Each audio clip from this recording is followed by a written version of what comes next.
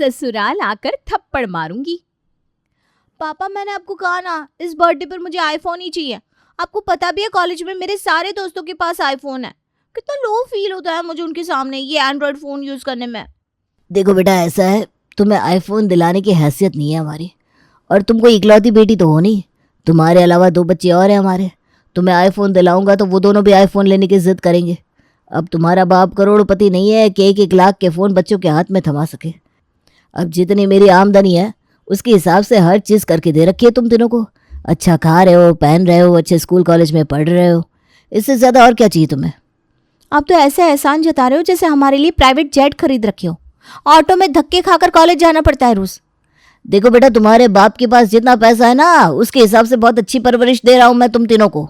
और अगर अपने यही शाही शौक पूरे करने हैं तो जब नौकरी लगेगी तो अपनी कमाई से पूरे कर लेना। पता नहीं कैसे कंगाल परिवार में पैदा हो गई मैं। कोई भी ढंग की चीज़ मांग लो तो पापा का यही ड्रामा रहता है। मैंने कौन सा गुच्ची का बैग मांग लिया था, दुनिया कहाँ से कहाँ पहुँच गई। लेकिन पापा में तो फैशन की समझ ही नहीं है। इनको तो ऐसा लगता है इन्होंने हमारा कॉलेज में एडमिशन करा दिया तो बहुत बड़ा तीर मार लिया। अब इनको कौन समझाए कि कॉलेज में जाने के लिए अपना स्टेटस भी मेंटेन करना पड़ता है। ऐसा कोई पहली बार नहीं था जब निकिता ने अपने पापा से कोई बहुत बड़ी डिमांड की थी। वो अक्सर ही पापा से महंगी और ब्रांडेड चीज़ों की डिमांड करती, और जब उसके पापा उसे वो सामान दिलाने से मना करते थे तो वो उल्टा उन्हें ही उल्टी सीधी बातें सुनाती। कुछ ही सालों में निकिता का कॉलेज खत्म हुआ और उसकी जॉब लग गई। जॉब में आने के बाद, बेटा कुछ पैसों की ज़रूरत है। 1 साल हो गया तुम्हारी जॉब को, अब तो तुम्हारे पास भी अच्छी खासी सेविंग हो गई होगी। माँ, जब तक मैं काम नहीं करती थी तब तक तो पापा 1-1 पैसे का हिसाब लेते थे। अब मेरी जॉब लग गई है तो क्या मेरी सैलरी का भी हिसाब आप लोगों को देना पड़ेगा? मेरे पास कोई सेविंग नहीं है। जितना कमाती हूँ उससे ज़्यादा मेरा महीने का खर्चा हो जाता है। आपकी बेटी तो मेरी समझ से बिल्कुल बाहर है जी। जब तक कमाती नहीं थी दिन रात बड़ी बड़ी फरमाइशें करके हमारा जीना मुश्किल किए रहती थी, और अब जब कमा रही है तब भी उसे पूरा नहीं पड़ रहा। मैंने सोचा था बेटी की अच्छी खासी नौकरी लग गई है, ज़रूरत पड़ने पर कुछ तो मदद मिल ही जाएगी, लेकिन वो तो उल्टा मेरे सामने ही पैसों का रोना रोने लगी। अरे जाने दो भाग्यवान, हमारा फर्ज था बच्चों को पढ़ाना लिखाना। हमने इस काबिल बना दिया कि अपने खर्चे वो खुद उठा सके। अब अगर समय रहते अपनी चादर के हिसाब से पैर फैलाना नहीं सीखेंगे तो जीवन भर भुगतेंगे। माँ बाप सिर्फ समझा सकते हैं, किसी का भाग्य नहीं बदल सकते। तुम ज़्यादा चिंता मत करो। निकिता की आदतें शुरू से ही थोड़ी अजीब थी, लेकिन माता पिता का फ़र्ज़ होता है कि वो सही समय पर बच्चों के लिए एक जीवन साथी ढूंढकर अपनी जिम्मेदारियां पूरी करें। इसलिए जब निकिता 25 साल की हो गई तो उसके पापा उसके लिए लड़के तलाशने लगे। निकिता बेटा, ये मेरे मित्र का बेटा है, सरकारी नौकरी करता है, 50,000 सैलरी है महीने की। मुझे लड़का बहुत पसंद है, लोग भी सीधे साधे हैं। तुम भी एक बार देख समझ लो। पापा 50,000 से होता क्या है? आपको पता है कितनी महंगाई है? 50,000 में घर कैसे चलेगा? अरे मेरा खुद का महीने का 1 लाख का खर्चा है। मैं इन मिडिल क्लास लोगों की तरह अठन्नी चवन्नी बचाकर गुजारा नहीं कर सकती। मेरा एक लिविंग स्टैंडर्ड है, कम से कम मेरे स्टैंडर्ड के अकॉर्डिंग तो लड़का देखो आप। बेटी की बात सुनकर निकिता के पापा एक के बाद एक लड़कों के प्रोफाइल देखने लगते हैं, और काफ़ी ढूंढने के बाद उन्हें एक प्रफुल्ल नाम का लड़का मिलता है। निकिता बेटा, तुम्हारे लिए लड़का देखते देखते 3 साल बीत गए हैं।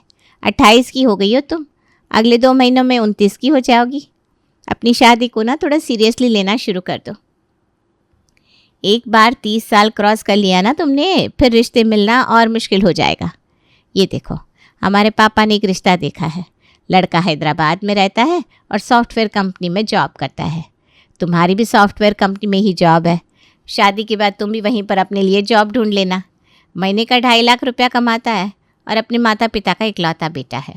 नाना देवर कोई झंझट नहीं, सिर्फ लड़के के माता पिता हैं और वो भी गांव में रहते हैं। लड़का अकेला ही हैदराबाद में रहकर नौकरी कर रहा है। माँ की बात सुनकर निकिता प्रफुल्ल से मिलने के लिए तैयार हो जाती है। प्रफुल्ल अपने परिवार के साथ निकिता से मिलने आता है, जहाँ पर निकिता देखती है कि प्रफुल्ल का वज़न थोड़ा ज़्यादा है लड़के वालों के जाने के बाद। माँ, आपने सोच भी कैसे लिया कि मैं ऐसे मोटे आदमी के साथ शादी करूँगी? बेटा, अगर तुम हर लड़के में ऐसे ही कमियां निकालती रहोगी ना तो देखना तुम्हारी शादी नहीं होने वाली। ऐसे ही कंवारी बैठी रह जाओगी सारी ज़िंदगी भर। दुकान से सामान खरीदने नहीं गई हो, शादी के लिए लड़का देख रही हो। और शादी का मतलब ही समझौता होता है। कुछ बातों में समझौता करना ही पड़ता है।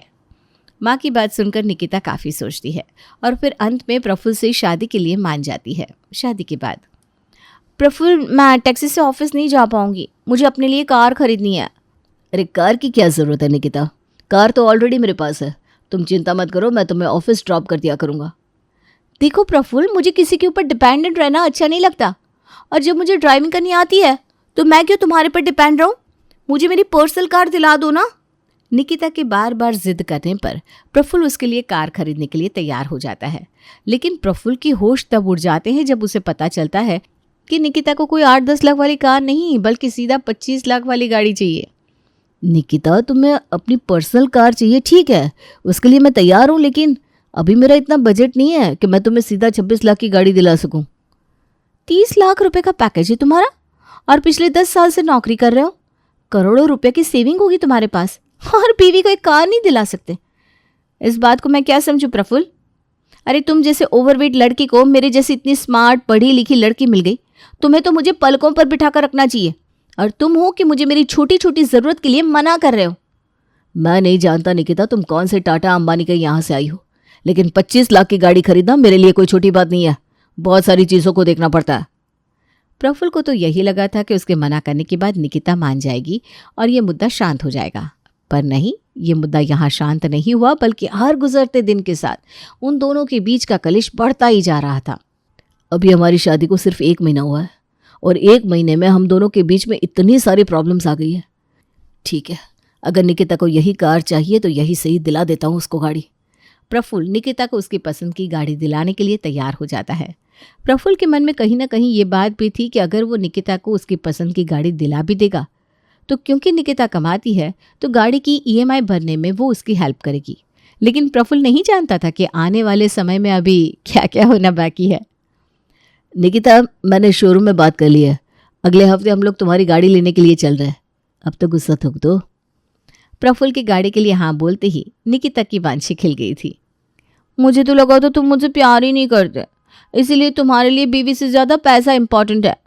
लेकिन तुमने प्रूव कर दिया प्रफुल्ल कि तुम्हारे लिए पैसा नहीं बल्कि मैं इंपॉर्टेंट हूँ। अच्छा एक बात बताओ, हनीमून पर कहाँ जा रहे हैं हम लोग? तुम तो इस झगड़े में भूल ही गए ना कि हमारी अभी नई नई शादी हुई है और अभी हमें हनीमून के लिए भी चलना है। गाड़ी के चक्कर में पूरा बजट बिगड़ गया है। अब हनीमून के लिए मना कर दूंगा तो इसका एक बार फिर से मुंह फूल जाएगा, और पता नहीं झगड़े को सॉल्व होने में और कितने महीने लगेंगे। देखता हूँ, क्रेडिट कार्ड से मैनेज कर लूँगा। ठीक है निकिता, हम लोग हनीमून के लिए गोवा चलते हैं, मैं टिकट्स बुक कर लेता हूँ। क्या कहा? गोवा? तुम्हें पता है गोवा हरिद्वार हो गया है अब इंडियन के लिए। हर दूसरा बंदा शादी के बाद हनीमून के लिए गोवा ही पहुंच जाता है। जैसे वहां समुद्र नहीं गंगा जी बह रही हैं, जिसमें डुबकी लगाना सबके लिए बहुत इंपॉर्टेंट हो गया है। मुझे नहीं जाना गोवा, थाईलैंड चलते हैं। पिछले 1 महीने में प्रफुल्ल इतना तो समझ ही चुका था कि उसकी पत्नी निकिता एक जिद्दी और झगड़ालू औरत है।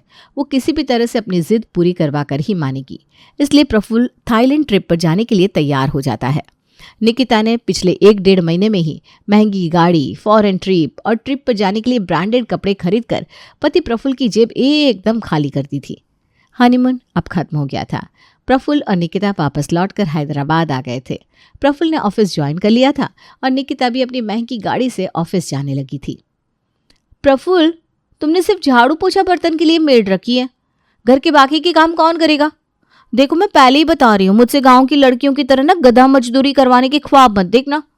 ऑफिस से आते आते ही कितनी थक जाती हूँ मैं, मुझे भी तो रेस्ट की ज़रूरत होती है। घर जाकर मैं किचन में नहीं घुस सकती। एक काम करो, एक कुक रख लो, और सफाई वाली से ही मैं डस्टिंग और बाकी के छोटे मोटे कामों के लिए बात कर लेती हूँ। अरे इतना कमाते हो तुम, 10-12 हज़ार देकर एक ढंग की मेड नहीं लगवा सकते? देखो निकिता, थोड़े बहुत काम तो मैं शादी से पहले भी करता था, अब भी तुम्हारी हेल्प कर दिया करूँगा। छोटे मोटे कामों के लिए क्या मेड लगानी, हम दोनों मिलकर कर लेंगे ना। तुम्हें बहुत शौक है ना काम करने का, तो करते रहो, मुझसे एक्सपेक्ट मत करना। मैं अपनी ज़िंदगी फालतू काम करने में ख़राब नहीं कर सकती। ऑफिस से आने के बाद थोड़ा बहुत टाइम बचता है, उसमें मैं अपने लिए टाइम निकालना चाहती हूँ। अरे ज़िंदगी पर आदमी काम ही करता रहेगा तो जिएगा कब? चलो ठीक है, मैं बात कर लेता हूँ, कोई कुक मिल जाए तो, जो ठीक ठाक खाना बनाना जानती हो बस। शादी के बाद कोई भी ऐसा दिन नहीं गया था जब छोटी छोटी बातों को लेकर प्रफुल्ल और निकिता के बीच में बहस ना हुई हो, क्योंकि प्रफुल्ल रिश्ता निभाना चाहता था। इसलिए निकिता की हर गलत और सही बात को वो इग्नोर करके वहीं ख़त्म कर देता था। लेकिन निकिता की हरकतें समय के साथ बढ़ती जा रही थी। अभी हैदराबाद आए कुछ ही महीने बीते थे कि निकिता ने अपनी प्रेगनेंसी की न्यूज़ सुना दी। अब प्रेग्नेंट पत्नी के लिए प्रफुल्ल के मन में थोड़ा और भी सॉफ्ट कॉर्नर आ गया था। प्रेगनेंसी के नाम पर निकिता प्रफुल्ल के ऊपर जमकर हुक्म चलाने लगी थी। प्रफुल्ल, प्रेगनेंसी में मुझे ऑफिस जाने में बहुत दिक्कत होती है। मैं सोच रही हूँ अभी ये जॉब छोड़ देती हूँ। एक बार बच्चा हो जाए उसके बाद किसी और कंपनी में जॉब देख लूँगी। वैसे भी काफ़ी टाइम से जॉब स्विच करने के बारे में सोच ही रही थी। देखो निकिता, अभी तुम्हारी गाड़ी की ईएमआई देनी है। अभी तो प्रेगनेंसी का शुरुआती समय है। घर के काम करने के लिए मेड तो रख ही ली है तुमने। कोशिश करो कि अगर कुछ महीना कंटिन्यू कर पाओ तो उसके बाद मैटरनिटी लीव भी तुम्हें मिल जाएगी ना। नहीं प्रफुल्ल, मुझे बहुत थकान सी रहती है और ऑफिस जाने का बिल्कुल मन नहीं करता। बच्चे के आने की खबर से प्रफुल्ल भी बहुत एक्साइटेड था। इसलिए जब निकिता जॉब छोड़ने की बात करती है तो प्रफुल्ल उसका ज़्यादा विरोध नहीं करता और नौकरी छोड़ने की बात आसानी से मान लेता है। निकिता अब घर में रहने लगी थी। पूरा पूरा दिन बिस्तर पर बैठकर टीवी देखती और लगभग हर रोज़ एक नई फरमाइश लेकर पति के पास पहुंच जाती। निकिता की बड़ी बड़ी डिमांड्स के आगे प्रफुल्ल को अपनी 2.5 लाख रुपए महीने की तनख्वाह भी कम लगने लगी थी, क्योंकि निकिता के शौक इतने बड़े बड़े थे कि वो 1-1 लाख के तो बैग इस्तेमाल किया करती थी। उसके बैग, स्टॉल, शूज़ सब इंटरनेशनल ब्रांड के थे, जिनके दाम सुनकर प्रफुल्ल का दिमाग घूमने लगा था। देखते ही देखते 9 महीने का समय बीत जाता है और निकिता एक बेटे की माँ बन गई थी। प्रफुल्ल, मुझे ना एक आईपैड लेना है। ऑनलाइन ऑर्डर कर रही हूँ। अपनी कार्ड की डिटेल्स दो ना। मैं कुछ बोल नहीं रहा हूँ निकिता, तो मैं देख रहा हूँ कि तुम्हें कुछ समझ में नहीं आ रहा। 1 साल से ऊपर हो गया हमारी शादी को और तुम दोनों हाथों से ऐसे खर्च कर रही हो जैसे तुम्हारे हाथ कोई कुबेर का खजाना लग गया हो। अब एक बच्चे की माँ बन गई हो, अब तो कुछ जिम्मेदार बनो। प्रेगनेंसी के 9 महीने तो तुम अपने हार्मोन्स को जिम्मेदार बताकर अपनी मनमानी करती रही। अब क्या बहाना ये सब फिजूल खर्ची का तुम्हारे पास? ये फिजूल खर्ची नहीं है प्रफुल्ल। आईपैड खरीदना फिजूल खर्ची कब से हो गया? अब मैं जॉब नहीं कर रही हूँ, पूरा दिन घर पर रहकर तुम्हारे बेटे को संभालती हूँ, तो अगर मुझे किसी चीज़ की ज़रूरत होगी तो तुमसे ही कहूँगी ना। और तुम क्या ये हर समय पैसों की दुआएं देते रहते हो? कोई एहसान नहीं कर रहे हो? तुमने शादी की है, मेरे खर्चे उठाना फर्ज है तुम्हारा। अरे तो मैंने कब मना किया तुम्हारे खर्च उठाने से? लेकिन खर्च उठाने का मतलब ये तो नहीं होता कि इंसान खुद बिक जाए। और दिन भर बच्चे की देखभाल करती हूँ, तुम्हें ये बात बोलते हुए शर्म भी नहीं आती? बच्चे की देखभाल के लिए तुमने आया रखी हुई है, घर के सारे काम करने के लिए अलग से नौकर आते हैं। प्रफुल्ल अब निकिता को पैसे देने के लिए इनकार करने लगा था, जिसकी वजह से निकिता प्रफुल्ल से चिढ़ी चिढ़ी रहने लगी थी। कुछ दिनों तक जब उसे समझ में आता है कि प्रफुल्ल उसे मनमानी करने के लिए पैसे नहीं दे रहा, तो वो अपने बेटे को लेकर हैदराबाद से अपने मायके आ जाती है और उसे डाइवोर्स पेपर भिजवा देती है। ये क्या बेवकूफ़ी है निकिता? पिछले 1.5-2 साल में पानी की तरह पैसा बहाया मैंने तुम्हारे ऊपर। महंगी गाड़ी, फॉरेन ट्रिप, ब्रांडेड कपड़े, नौकर चाकर, ऐसी क्या कमी रखी थी जो तुमने मुझे डिवोर्स पेपर भिजवा दिए? भिखारी बनाकर रख दिया है तुमने मुझे। तुम्हारे जैसे बेगैरत आदमी को ना खून के आंसू रुलाऊंगी मैं। बेटे की शक्ल देखने को भी तरस जाओगी तुम। फोन करके मुझे धमकाने की कोशिश की ना तो ससुराल आकर 2 थप्पड़ मारूंगी, तुम्हें होश ठिकाने आ जाएंगे। निकिता और प्रफुल्ल का केस अब कोर्ट में पहुंच गया था। निकिता ने प्रफुल्ल के ऊपर डिवोर्स, एलिमनी के अलावा बेटे की कस्टडी लेने के साथ साथ और भी कई केस लगाए थे, जिनमें दहेज के लिए शारीरिक और मानसिक रूप से प्रताड़ित करना भी शामिल था। कोर्ट रूम में रोना धोना करके निकिता ने केस की पूरी दिशा अपनी ओर मोड़ ली थी। पत्नी के ऊपर लाखों रुपए खर्च करने वाले प्रफुल्ल के ऊपर निकिता ने दहेज में मोटी रकम लेने का इल्जाम लगाया था। साथ ही उसने तलाक के लिए 3 करोड़ रुपए का गुजारा भत्ता भी मांगा था। जब से लोगों को इस डाइवोर्स केस के बारे में पता चला था, लोग प्रफुल्ल को बहुत ही गंदी नज़रों से देखने लगे थे। समाज में लोगों को यही लगने लगा था कि प्रफुल्ल ने अपनी पत्नी को इतना प्रताड़ित किया कि वो उसे छोड़कर चली गई। मिस्टर प्रफुल्ल, हमें बड़े दुख के साथ कहना पड़ रहा है कि अब आप इस कंपनी में अपनी जॉब कंटिन्यू नहीं कर पाएंगे। कंपनी आपको 3 महीने का नोटिस देती है, उसके बाद आपको ये जॉब छोड़नी होगी। आपके ऊपर लगे हुए केसेस के कारण कंपनी की बहुत बदनामी हो रही है और हम कोई ऐसा काम नहीं कर सकते जिससे कंपनी की साख पर बात आए। प्रफुल्ल का मान, सम्मान, नौकरी सब कुछ दांव पर लग गया था और इतना सब होने के बाद भी कोर्ट को भी निकिता की ही बातें सच लग रही थी, क्योंकि निकिता एक औरत थी और कानून हमेशा ऐसे मामलों में औरत का ही साथ देता है। महीनों से चल रहे ट्रायल के बाद आज कोर्ट में केस की फाइनल सुनवाई थी। जज अपना अंतिम फैसला सुनाने वाले थे कि तभी अदालत में प्रफुल्ल के घर पर काम करने वाली आया आती है। रुक जाइए जज साहब, अपना अंतिम फैसला सुनाने से पहले मैं आपके सामने कुछ सबूत रखना चाहती हूँ जिससे आपका जजमेंट बदल सकता है। चुपचाप 2 लाख रुपए दो, वरना तुम्हारे बेटे को लेकर हमेशा के लिए यहाँ से चली जाऊंगी। देखने के लिए भी तरस जाओगे तुम। ऐसे कानूनी पैच में फंसाऊंगी ना कि तेरी 7 पुश्तें याद रखेगी कि किसके साथ पाला पड़ा था। अभी पिछले महीने ही मैंने तुम्हें 2 लाख की शॉपिंग कराई है। इतना पैसा नहीं है मेरे पास। तुम्हारे महंगे शौक पूरे करने के अलावा और भी जिम्मेदारियां हैं मुझ पर। मुझे उसके बारे में भी सोचना है। और ये बात पर तलाक की धमकी देना बंद करो। तुझे मेरी बातें धमकी लग रही है ना? तो देख, ऐसे ऐसे केस लगाऊंगी तेरे ऊपर कि मरने के बाद भी उन इल्जामों से तुझे मुक्ति नहीं मिलेगी। मैं प्रफुल्ल भैया के यहाँ बच्चों की देखभाल करती थी। भाभी पूरा दिन मोबाइल पर किसी न किसी के साथ बिजी रहा करती थी। उनका बच्चे के ऊपर बिल्कुल ध्यान नहीं था। इसीलिए भैया ने हाल में कैमरा लगवाया था ताकि वो बच्चे और मुझे कैमरे की मदद से देख सके। भैया और भाभी के बीच में अक्सर इस तरह के झगड़े हुआ करते थे, जिसमें भाभी भैया को तलाक देने की और कोर्ट केस में फंसाने की धमकी दिया करती थी। एक दिन उनके बीच में हॉल में झगड़ा हुआ जहाँ कैमरा लगा हुआ था और उनका पूरा झगड़ा कैमरे में रिकॉर्ड हो गया। वीडियो प्रूफ मिलने के बाद जज को इतना तो समझ में आ गया था कि निकिता जितनी भोली भाली दिखाई दे रही है उतनी है नहीं, और उसने अपने पति के ऊपर जितने भी आरोप लगाए हैं वो सारे बेबुनियाद है। सारी बातों को ध्यान में रखने के बाद फैमिली कोर्ट ये निर्णय देता है कि निकिता बच्चे का पालन पोषण करने में समर्थ नहीं है, इसलिए बच्चे की कस्टडी कोर्ट ने प्रफुल्ल को दे दी थी। दोनों के तलाक को मंजूरी मिल गई थी और इसके साथ ही कोर्ट ने निकिता की 3 करोड़ की भरण पोषण की अर्जी को भी ठुकरा दिया था। साथ ही महिला कानून का गलत उपयोग करने और पति को झूठे आरोप में फंसाने के लिए कोर्ट निकिता को जमकर झाड़ भी लगाती है, जिससे प्रफुल्ल की धूमिल हो चुकी छवि एक बार फिर से ठीक हो जाती है।